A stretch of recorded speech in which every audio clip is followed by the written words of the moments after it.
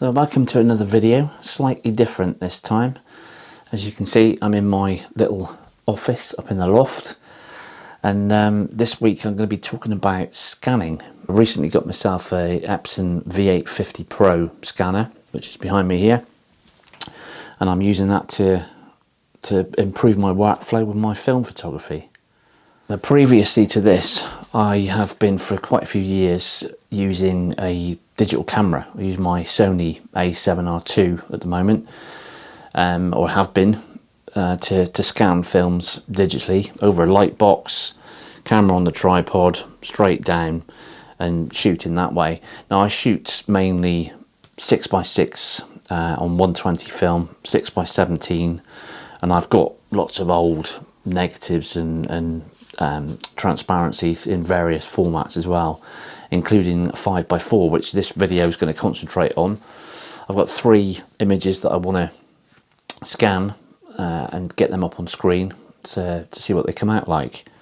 Now, scanning with the digital camera is okay for certain formats, but when you come to 6x17, for instance, I've basically got to take a series of shots, 3 or 4 shots of the strip of film, and then I've got to stitch them together to digitize them. Now that is a royal pain in the ass, because you've got problems sometimes with where the stitching happens, and because of the grain of the film and stuff, it can cause problems. It's an absolute headache, to be honest. And also 5x4 transparencies, they're quite big, so you can't sort of photograph them. I use a macro lens to use my digital camera and scan that way, and a macro lens, again with a 5x4, you've got to do it in sections and stitch it together, and it's just a nightmare. Now with this scanner, I can scan my film in one sweep, no stitching. It's absolutely fantastic. So I got a series of trays with this scanner. I used the 120 film tray, which is this one here, which gives you strip film. I've got 35mm trays as well, which I'm not using at the moment, and a 5x4 scanning tray as well. Now these trays have got adjustable feet on the bottom. Now I've adjusted them up to there's basically 5, I think there's 5 sections here which you can adjust them. You can hear that adjusting there. Now I keep them on the highest setting, which basically raises the tray up off the scanner glass slightly, and it gives it more sharpness. I've tried it at various different settings, and it seems to work better at the highest point. Now these trays that are supplied come with an insert, an A&R glass insert, which is an anti-Newton ring insert. Now it's not glass, it's actually made of a polycarbonate, and it's a bit of a dust trap, so you've got to be really careful with cleaning these before you load the film, and obviously before you put it into the scanner. Now I clean the scanner bed as well. I use a number of things to clean. I've got a little anti-static lint-free cloth which I use. I can wipe any sort of smears off these inserts. I keep these in a package as well, so I keep them nice and clean and free from dust. I also use a little anti-static brush to sort of brush out any of the corners before I place the film in. And last but not least, I use my little blower, which is great for that final sort of cleanup of the image before you put it into the scanner. Now also for my 120 film, especially my 6x17 transparencies and negatives, I also use the lomography digitizer, or digitalizer it's called. They do a 35mm version of this, but this is the 120 one.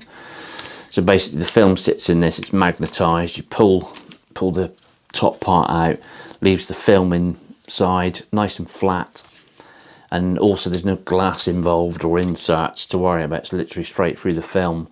Now this then goes on the scanner flatbed, and it scans through the negative or transparency. Now I found after a few tests that the sharpness isn't as good, so I found out that by creating, which I've done, a little mask made out of 2mm thick foam, or like foam sort of card. I basically place the the holder on top of that on the scanning glass, and it just lifts it that little bit just to improve the sharpness, and it does actually work. It's it does improve it. So that's what I use for my 6x17 and my 6x6 shots at the moment. But I have used the scanning trays as well. Really good sharpness wise. They're just a little bit more time consuming initially to get all the dust off them. Now in terms of software, I've got Silverfast SE9 Plus, I think it's called, that came with the scanner, which is absolutely fantastic. Great bit of software. I'm no expert, so I'll go through the steps that I'm doing at the moment, which is yielding pretty good results. Any tips and stuff, please let me know in the comments that I'm missing. I also use Lightroom for my initial edit after it's been converted on the scanner, and then finally into Photoshop for things like sharpening, any last little tweaks, clean up, all that sort of thing, and then save the file. So I'm going to get this scanner set up and scan my first image. So the scanner's powered up. If you notice, I use Mac, and I've got a USB-C port on my Mac, so I've bought a direct USB-C to scanner cable. It comes with a standard USB 2, I think, cable, which the Mac doesn't like that, even if you use an adapter. So that's one thing to bear in mind. So we'll open the lid up. First thing I do is take this little insert out. Don't need that. So this is your scanner bed. This is the scanner unit with a light source in, so it scans down on top of there. So I got my scanner tray. See these arrows here? They line up with the arrows on the flatbed there. You should just drop that in. Obviously, if you film loaded, and just close it down. Now, these are the 3 transparencies that I'm going to be scanning. This video doesn't do them justice, really. They're shot on Fuji Velvia 50. Really punchy colours, although it doesn't come across very well on the video. This shot here in particular, shot this for a book project many years ago, and it graced the front cover, which was good. Some lovely, gorgeous sort of early morning light. This is called Fleet House, which is in Ermington, where I used to live, in Devon. This is Nuns Cross Farm up on Dartmoor. Beautiful old derelict farmhouse. And then here we've got Brenttor Church, which is on the edge of Dartmoor, sort of west Dartmoor. Again, really nice subject, little church on top of a big steep sort of hillside, and it overlooks all the countryside around it. So I'm going to get this first transparency loaded up. One thing I forgot to mention earlier is gloves. These are quite important because they keep fingerprints. You get grease in your fingertips and stuff. It keeps them off your negatives and transparencies. So I'm going to go for this one.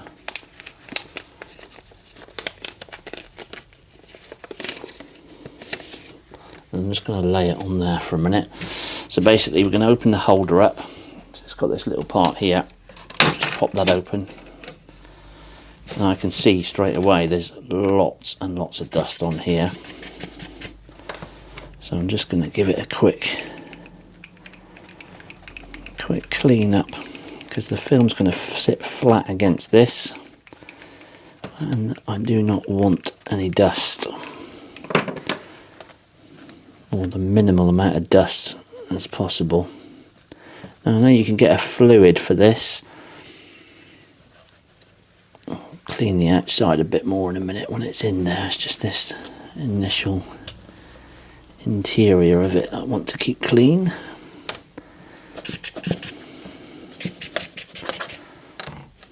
Just one last wipe.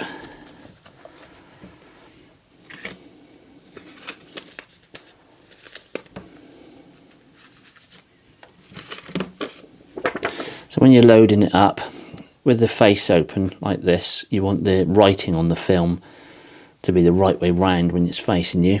Just lay it in there. There's little guide rails here, so it sits in there. Make sure it sits in and it's nice and flat, and we can close this up. And then when it's scanned, it's basically flipped over. So I want one last check. of this. That looks quite clean on that side. I'm going to give the scanner bed a quick wipe over as well. And I'm going to flip it over, and again I can see dust on there.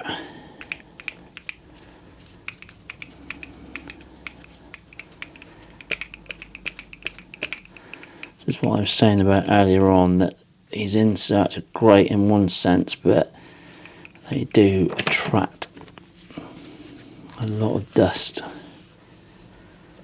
That's better. So now you can see my transparencies ran the wrong way, which is how it's supposed to be. Let's lay it in on the scanner and close that lid. Just give it one last check for dust, and then we're ready to hook it up to the computer. So I'm going to bring the image into Silverfast now. First thing I need to do is a pre-scan. Before I do that, I'm going to click on holder. I'm going to choose transparency holder, which is the Epson holder. Transparency glass is if I'm using the lithography negative holder, but because I'm using the Epson tray, I'm going to choose holder. Positive, so we've got positive, which this image is. Kodachrome, which are Kodachrome positives, and negative. So for this exercise, it's positive. Then you can choose your output resolution. So 48-bit, which I'm going to go for. You can do this in RAW, but I'm going to do this in TIFF. So 48-bit TIFF. So I'll just pop up to the screen there. Choose TIFF as an option. Then I'm going to change the name. This is Fleet House. It's then got a path, which mine's set to store it in V850 scans and TIFF edits, and then work on them and sort of move them into another folder then. So click on there. Now photo quality, for this one I'm going to scan at 2400 ppi, which gives me a 290 megabyte file. Now you can see if I whack that up to 4800, you're over a gigabyte, because it's quite a large file, this one. So 2400 is plenty. So that's done. So I'm going to do pre-scan, calibrates the scanner, and then there's a quick pass over. This doesn't take long.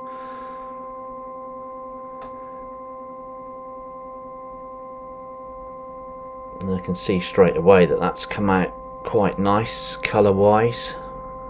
In fact, very little adjustment I'm going to need to do on this, which looks good.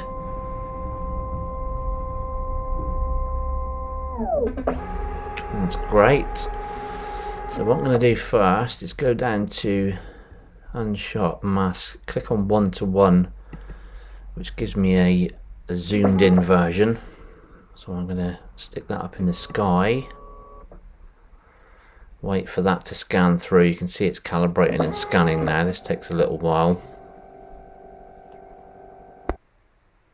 So I've got unsharp mask in here. Now I tend to use this on auto. You've got various sharpness options. I tend to do this in Photoshop later on, so auto sharpness is normally fine.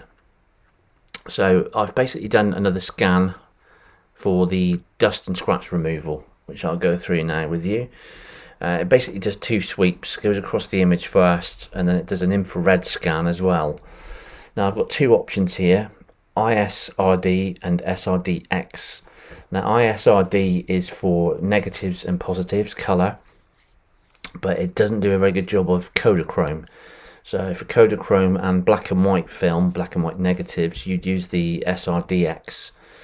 It tends to do a better job. Now basically I can see this image is pretty good as it is. It's a little bit yellow. So if I go down to global color correction, which is up here, you can pull these tabs across here. And as I move that around, you can see the yellow sort of increasing. So I want to bring it back towards the blue about there. It's probably about just off center, and that's pretty good as it is. Any adjustments I can do later on then, but I get it pretty much the way I want it here. You can then go into your histogram, you can basically alter your levels here. So I'm going to bring it up a little bit on the mid-tones, not too much. Got some nice shadow detail here as well, which I'm going to maintain. Highlights are good, not sort of cropping out too much. If I crop in on a piece there, you can kind of see the detail there is pretty good. So if I go back to the sky, you can see these dust spots and scratches here. So if I click on ISRD, if I click on mark, it actually marks all these. So on that infrared sweep, basically makes a map of all the spots and scratches. So what I'm going to do is just bring the detection of those up a little bit more. Just check another area there. There we can see there's lots of little bits there that you'd probably normally miss. So I'm going to go on to click correct, and then I'm going to hit scan. Scan takes a few minutes, so while it's scanning I go off and make a drink and relax for 5 minutes. So what we'll do, we'll come back into Lightroom then to do some adjustments in there. So I'll hit scan and let it do its job. So I've brought the image across into Lightroom now. You can see pretty much very little adjustment, which is testament to this scanner. If I zoom in, first and foremost, you can see that all those dust spots have gone. So check around there, which is pretty good. But also the colour is fantastic. It's very little adjustment needed. I'm going to do a couple of tweaks, just bring the highlights down a little bit, increase the contrast slightly, clarity, and a little bit of vibrance, just to bring it back to what it was originally like in the transparency form. Color temperature wise, I'm pretty happy with it as it is, maybe a little bit warmer. That's fine. I don't need to adjust my histogram and levels and curves. The white balance is okay. Sharpness I'll do later on in Photoshop. Lens corrections, there's no vignette or anything to get rid of, and the transform, which you get your levels and stuff like that, that's fine. So I'm pretty happy with that. So it just goes to show, you know, a scan straight out of the scanner, literally a minute and it's done. So if I go up to file, export, I've already set up my folder where it's going, to the TIFF ready folder. So if I come down here, make sure this is all set, TIFF, color space, Adobe RGB 98, 16-bit, and no sharpening, so we're ready to go. So export that, and then we'll switch over to Photoshop. So we've opened the image in Photoshop now. I've done a few little bits already. I've cloned out a little bit of white down here. I think it was a couple of daisies or something. So that's gone. So if I zoom into 100%, the ISRD cleaning function in Silverfast, which removes dust and scratches, has done a pretty good job. I always check the image at 100% just to make sure. There are a few little bits I think that I spotted just now, but overall I'm pretty pleased with this. So I'll go through and clone out anything that's left. I'll then go into adjustments, normally check my curves. Now for this I don't go mad, I just literally tighten this up a little bit, and that just increases the contrast a little bit. Very slight adjustment there. Now I sometimes use levels. On this image it's not necessary. I tend to use levels again, just that you can kind of bring up the histogram there. And also I'll go into my different channels, normally with transparency film, and obviously with negative film as well, you sometimes get a cast, like a green or red color cast, so I can sometimes shift that with levels, which works quite well. So that's pretty good. And the last thing I do is sharpen. So I go to Smart Sharpen. Now I don't tend to do a lot of sharpening, especially on a transparency of this size. If I zoom in on this section where these windows here, now if I go too sharp, what happens is it starts to sharpen the grain rather than the image itself. So I tend to keep that down around the 100% mark, which is normally fine, and reduce the radius down to about 0.5, and that's normally fine. So I'll sharpen that.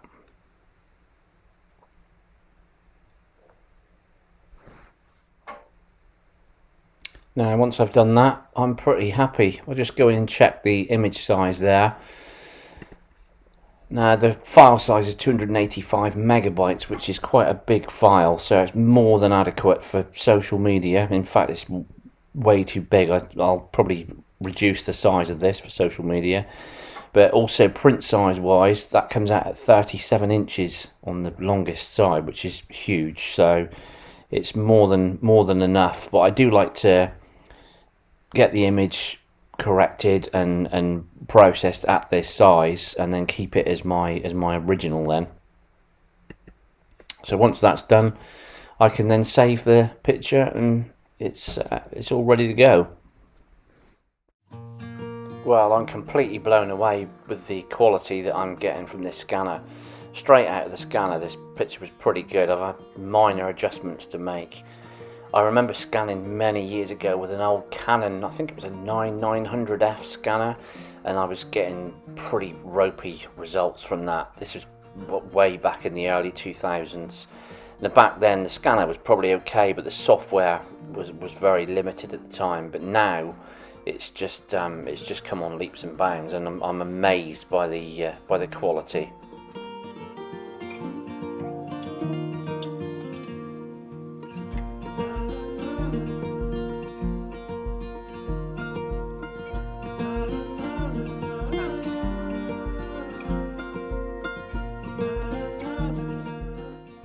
Most of my old film work, especially my 5x4 transparencies, have been around for a while, and although I keep them very safe in archival sleeves and store them away, over the years they've been all over the place, out to publishing houses, magazines, books, so they have been kind of manhandled over the years. This one in particular had quite a lot of scratches and stuff on them, but the software and the scratch and dust removal have done it wonders.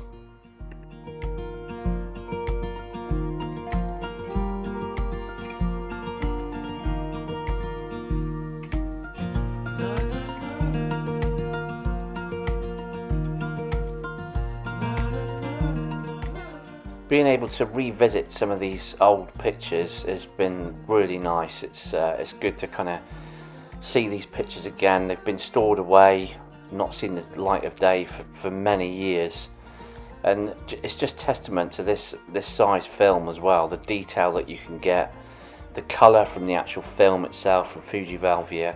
It's just been a real joy being able to get these scanned and get them up on the screen and get them the way I actually see them on the light box.